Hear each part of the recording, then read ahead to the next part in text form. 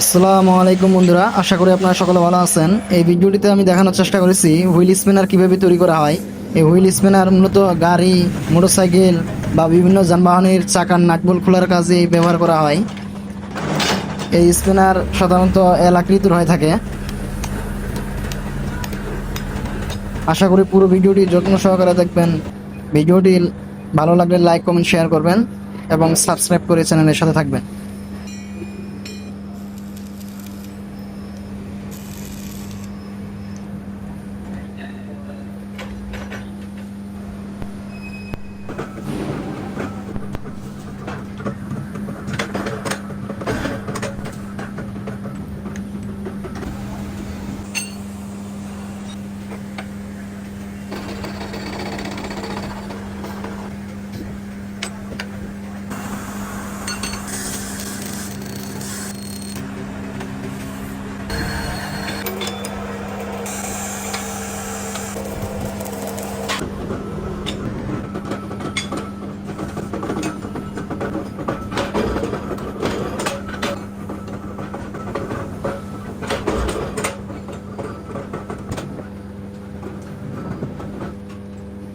পুরো ভিডিওটির সাথে থাকার জন্য আপনাদেরকে অসংখ্য ধন্যবাদ।